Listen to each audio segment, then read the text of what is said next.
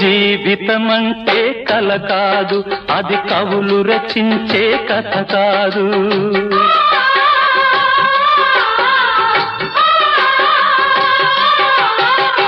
జీవితమంటే కల కాదు, అది కవులు రచించే కథ కాదు.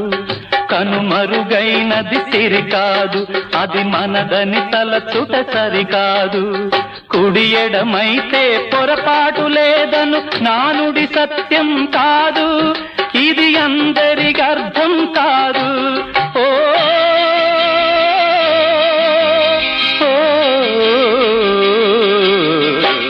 వేగు చుక్క మొలిచింది, వేకువ పొడ చూపింది, తూర్పు తెల్లవారక ముందే కాలం మాటేసింది, నా కళ్ళను కాటేసింది.